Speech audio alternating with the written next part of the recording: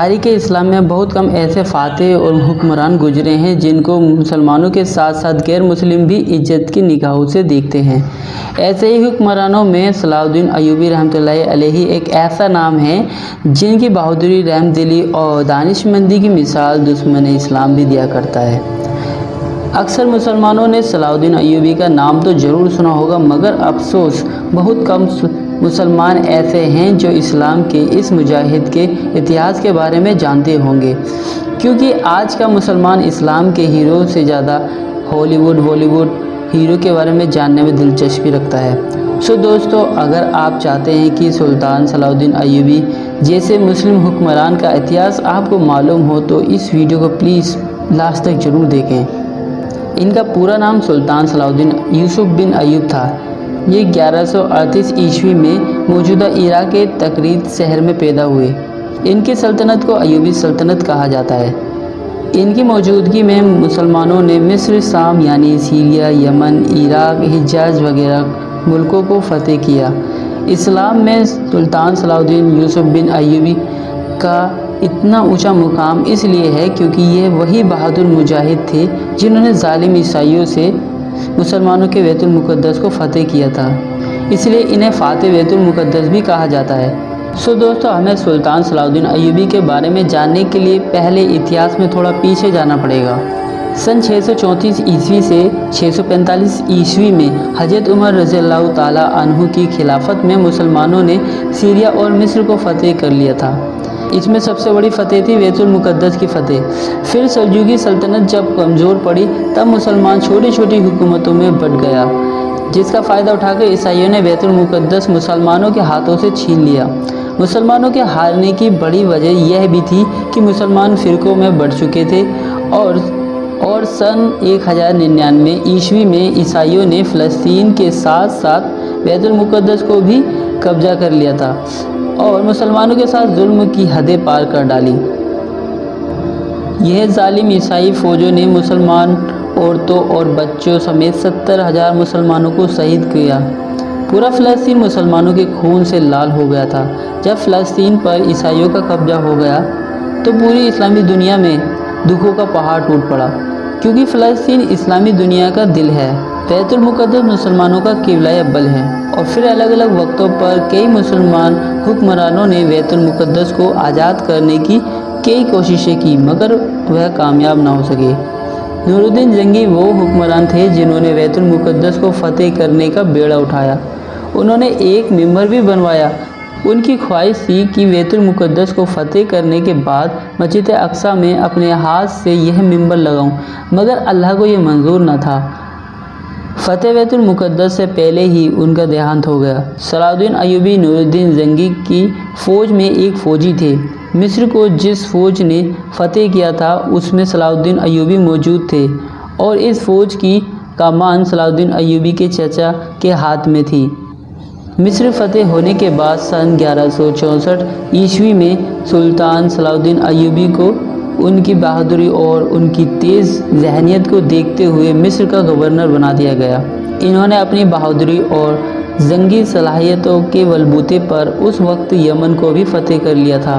نور الدین زنگی کا جب انتقال ہوا تو تب ان کا کوئی لائق اتراधिکاری نہ تھا، اس لیے انہوں نے اپنی پوری سلطنت پر صلاح الدین ایوبی کو قابض کر دیا، اور اس وقت صلاح الدین ایوبی کی عمر محض 21 سے 22 سال ہی تھی۔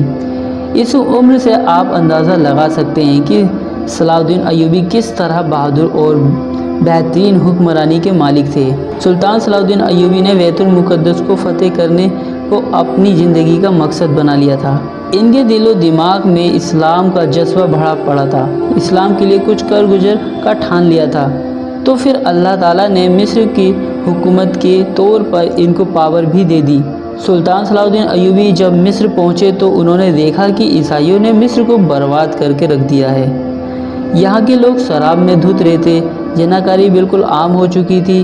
مصر کی حکومت میں کچھ مسلمان ایسے بھی تھے جو عیسائیوں کے ایجنٹ تھے۔ سلطان صلاح الدین ایوبی کو ان دونوں مصیبتوں سے لڑنا تھا۔ پہلے تو شراب اور زناکاری کو ملک سے ختم کرنا، جو کہ اتنا آسان نہ تھا، उन गद्दार मुसलमानों को ढूंढ निकालना जो ईसाइयों के एजेंट बन बैठे थे, और उधर बैतुल मुक़द्दस को फतेह करने के लिए सलीबियों से भी जंग जारी रखनी थी। तो जब सलाउद्दीन अय्यूबी मिस्र में दाखिल हुए तो वहाँ का जो सबसे बड़ा फौजी कमांडर था, जिसका नाम नाज़ी था, वो सुल्तान सलाउद्दीन अय्यूबी को देखकर मुस्कुराता है, क्योंकि ये पक्का ईसाइयों का एजेंट था। वो उन्हीं के लिए मिस्र में काम कर रहा था। तो उसने जब देखा 22 साल का नौजवान दीन इस्लाम की बात कर रहा है, बैतुल मुक़द्दस को फतेह करने की बड़ी बड़ी बातें कर रहा है, तो जब वो अपने शैतानी साथियों की महफिल में बैठा तो उन्होंने कहा कि अब तो तुम्हारे इरादे कामयाब ना होंगे, अब एक सच्चा मुसलमान हुक्मरान तुम पर हाकिम हो गया है। तो उस ईसाई एजेंट नाज़ी ने हंस कर कहा कि अरे यह तो बच्चा है, हम इसे पाल लेंगे, मैं देख लूँगा सलाउद्दीन अय्यूबी को। लेकिन बहुत जल्द पता चल गया कि यह बच्चा नहीं, यह चने चबाने वाला एक योद्धा है। सो फ्रेंड, उस दौर में ईसाई मुसलमानों से जंग तलवारों के ज़ोर पर नहीं जीत पाते, तो वो मुसलमानों की फ़ौज में अपने एजेंट भेज देते थे और दो चीज़ों से मुस्लिम हुक्मरानों को अपने वश में करने की साजिश करते, एक तो शराब और दूसरी खूबसूरत लड़कियाँ। ईसाई हुक्मरान अपनी ही बेटियों को मुस्लिम हुक्मरानों के खेमों में यह कहकर भेज देते थे कि जाओ तुम उसके साथ कैसे भी करके जिना करो, उसको अपनी तरफ माइल करो, अल्लाह तुम्हें सीधे जन्नत देगा। और अक्सर हुक्मरान इन ईसाइयों की इन शैतानी साजिशों के शिकार हो जाते थे। जब बैतुल मुक़द्दस के ईसाई हुक्मरानों को पता चला कि सलाउद्दीन अय्यूबी नाम का जंगजू लड़का बैतुल मुक़द्दस को फतेह करने की बातें कर रहा है, तो उन ईसाइयों ने सुल्तान सलाउद्दीन अय्यूबी के साथ भी यही चाल चली। नाज़ी, जो मुसलमानों के भेष में ईसाइयों का एक एजेंट था, उसने कई मरतबा सलाउद्दीन अय्यूबी के अलग अलग महफिल में शराब पिलाने की कोशिश की, पर सुल्तान सलाउद्दीन अय्यूबी पक्के मोमिन थे। वो कहते कि यह मुस्लिम देश है, यहाँ शराब पीना हराम है और मैं तो बिल्कुल भी हाथ नहीं लगाता। तो उसने लड़की वाला फार्मूला अपनाया। एक रात नाज़ी ने एक खूबसूरत लड़की को इस काम के लिए तैयार किया। फिर सलाउद्दीन अय्यूबी के पास आकर बोला कि सुल्तान, एक लड़की परेशान है, बहुत दूर से आई है और बड़ी उम्मीद लगाए हुए है, वो आपसे मिलना चाहती है। तो सुल्तान सलाउद्दीन अय्यूबी ने कहा ठीक है, बुला लो। नाज़ी ने कहा नहीं नहीं सुल्तान, वो आपसे अकेले में ही बात करना चाहती है। सुल्तान, वो आपसे अकेले में ही अपनी परेशानी बताने की जिद कर रही है। तब सुल्तान सलाउद्दीन अय्यूबी मुस्कुराए, क्योंकि उनको अंदाज़ा हो गया था कि ये बदबख्त मुझे किसी साजिश में फंसाना चाहता है। मगर सुल्तान सलाउद्दीन अय्यूबी ने कहा ठीक है, मैं मेरे खेमे में जा रहा हूँ, लड़की को भेज देना। फिर उस लड़की को भेजा गया। हालांकि पूरी प्लानिंग यह थी कि उस लड़की को कहा गया था कि तुम जाओ और किसी न किसी तरह सुल्तान के साथ फहश हरकतें करो और सुल्तान को अपनी तरफ माइल करो, और अगर तुम सुल्तान को एक गिलास भी शराब पिला दो, सो जो तुम मांगोगी वो तुम्हें दिया जाएगा। मगर जब लड़की अंदर गई तो सलाउद्दीन अय्यूबी ने उसे देखते ही अपने कंधे से चादर उतारी और उस लड़की को दे दी और कहा कि इससे अपना बदन ढक लो। इस अमल से वो लड़की अपने आप शर्मिंदा हो गई। सुल्तान सलाउद्दीन ने उस लड़की से पूछा, तो तुम्हारे माँ बाप कौन हैं? तो वो लड़की इस सवाल का जवाब ना दे सकी और कहा कि इससे अपना बदन ढक लो। इस अमल से वो लड़की अपने आप शर्मिंदा हो गई। सुल्तान सलाउद्दीन ने उस लड़की से पूछा, तुम्हारे माँ बाप कौन हैं? तो वो लड़की इस सवाल का जवाब ना दे सकी, क्योंकि ईसाई ऐसी ही लड़कियों को बचपन में ही कहीं से अगवा कर लिया करते थे और इस तरह के कामों के लिए उनकी खास परवरिश किया करते थे। और फिर वह लड़की बोली कि इन लोगों ने मुझे आपके साथ फैज़ हरकतें करने के लिए भेजा था। सुल्तान सलाउद्दीन अय्यूबी मुस्कुराए और कहा कि जाओ और उनसे कह दो कि जो काम तुमने कहा था वो तुमने कर दिया। जब वो लड़की अपने सरदारों के पास गई तो अगले ही दिन नाज़ी उठा और शोर मचाने लगा कि देखो, हमारा सुल्तान तो शराबी है, वो लड़कियों के साथ ज़िनाकारी करता है। जब सुल्तान सलाउद्दीन अय्यूबी अपने खेमे से बाहर आए तो लोगों में उनकी बातें चल रही थी। सुल्तान ने कहा, उस लड़की से तो पूछ लो रात को क्या हुआ था। जब लड़की को बुलाया गया तो लड़की ने सबके सामने कहा, जिस खुदा को मैं मानती हूँ उसकी कसम, मैंने सलाउद्दीन जैसे बहादुर और शरीफ इंसान आज तक नहीं देखा। मैं रात भर उनके साथ रही, मगर सुल्तान ने एक गलत निगाह भी मुझ पर न डाली। फिर उस नाजी का मुंह काला हुआ। और इस तरह नूरुद्दीन जंगी की ख्वाहिश सुल्तान सलाउद्दीन अय्यूबी के हाथों पूरी हुई। सुल्तान सलाउद्दीन अय्यूबी ने बैतुल मुक़द्दस को फतेह करने के बाद वैसा कोई भी अत्याचार नहीं किया जैसा कि इस शहर पर कब्जा करने के वक्त यूरोप की मसीही फ़ौजों ने मुस्लिमों पर किया था। सुल्तान सलाउद्दीन ने फ़िदिया लेकर ईसाइयों को शहर में रहने ही दिया, और जो ईसाई गरीब थे, फ़िदिया नहीं दे सकते थे, उनके फ़िदिया की रकम खुद सुल्तान सलाउद्दीन अय्यूबी और उनके भाई मलिकुल आदिल ने चुकाई। जब यूरोप के ईसाई हुक्मरानों के पास यह खबर पहुंची कि सुल्तान सलाउद्दीन अय्यूबी ने बैतुल मुक़द्दस पर कब्जा कर लिया है, तो पूरे यूरोप में कोहराम मच गया। हर तरफ लड़ाई की तैयारी शुरू होने लगी। जर्मनी, इटली, फ्रांस और इंग्लैंड से फ़ौजें फ़लस्तीन रवाना होने लगी।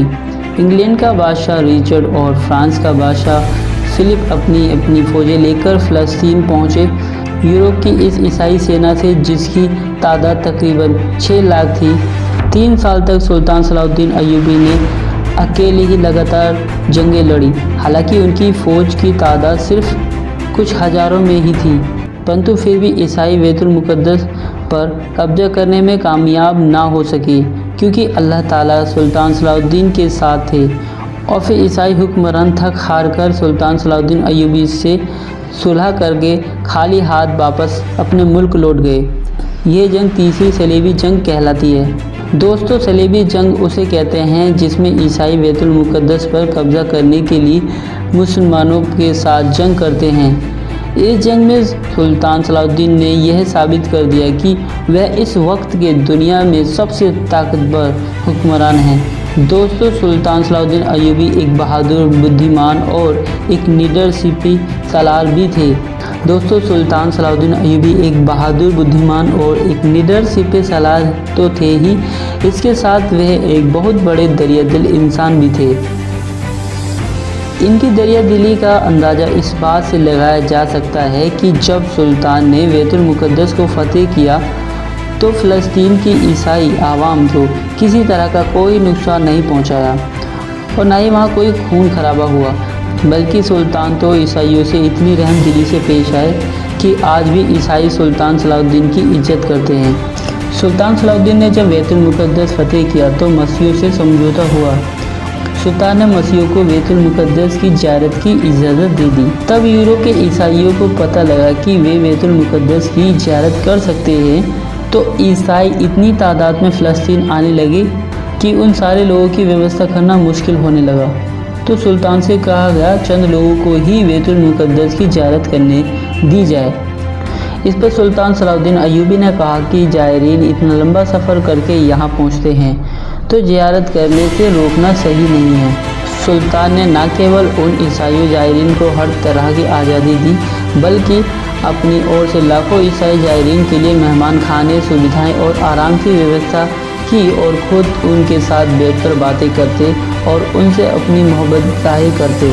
यह थे एक मुस्लिम हुक्मरान जिन्होंने ऐशो आराम और ताकत ज़ोर पर नहीं बल्कि प्यार मोहब्बत के ज़ोर पर लोगों के दिलों पर राज किया। और दूसरी तरफ वे ईसाई हुक्मरान जिन्होंने मार काट और खून खराबे के अलावा इस दुनिया को कुछ न दिया।